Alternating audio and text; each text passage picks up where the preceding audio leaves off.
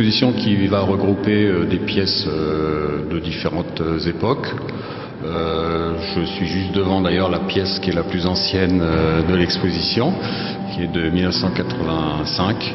Et donc c'est un choix aussi en fonction du lieu pour montrer un petit peu le parcours.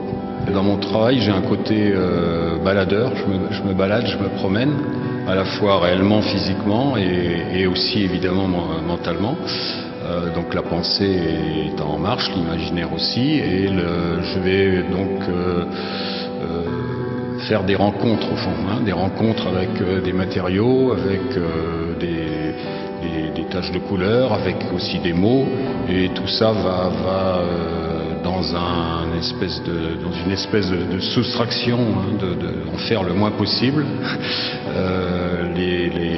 La pièce, la sculpture va exister dans un moment comme ça que je veux très fragile mais très présent.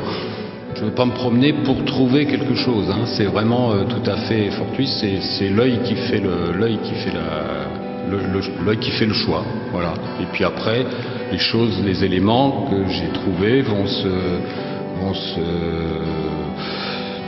rencontrer, se caresser, se frôler, et puis il y a un moment comme ça, un moment étincelant, pour moi en tous les cas, où la chose va exister. Je privilégie en tous les cas, comme on peut le voir, c'est plutôt une atmosphère de silence, c'est le silence du contemplatif, du presque rien, et plutôt qu'un art qui serait, comme parfois et souvent aujourd'hui, très spectaculaire. Donc là, c'est vrai que le spectateur, avec lui, il faut établir aussi une connivence, parce que je comprends très bien qu'on puisse ne pas s'arrêter, puisqu'il n'y a pas grand-chose, encore une fois, pour happer le regard.